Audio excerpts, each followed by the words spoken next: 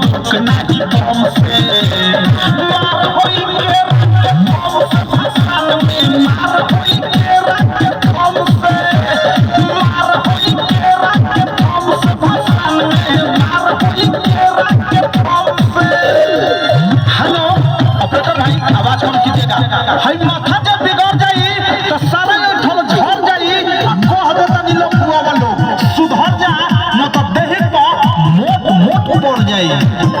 हर कैसे जे करबे के नियम बिगड़बे बोली जे बात के हुलब लबर ढाला में से घिच के मारब हिच के दे दे हम पिठिया पहाबर हबे।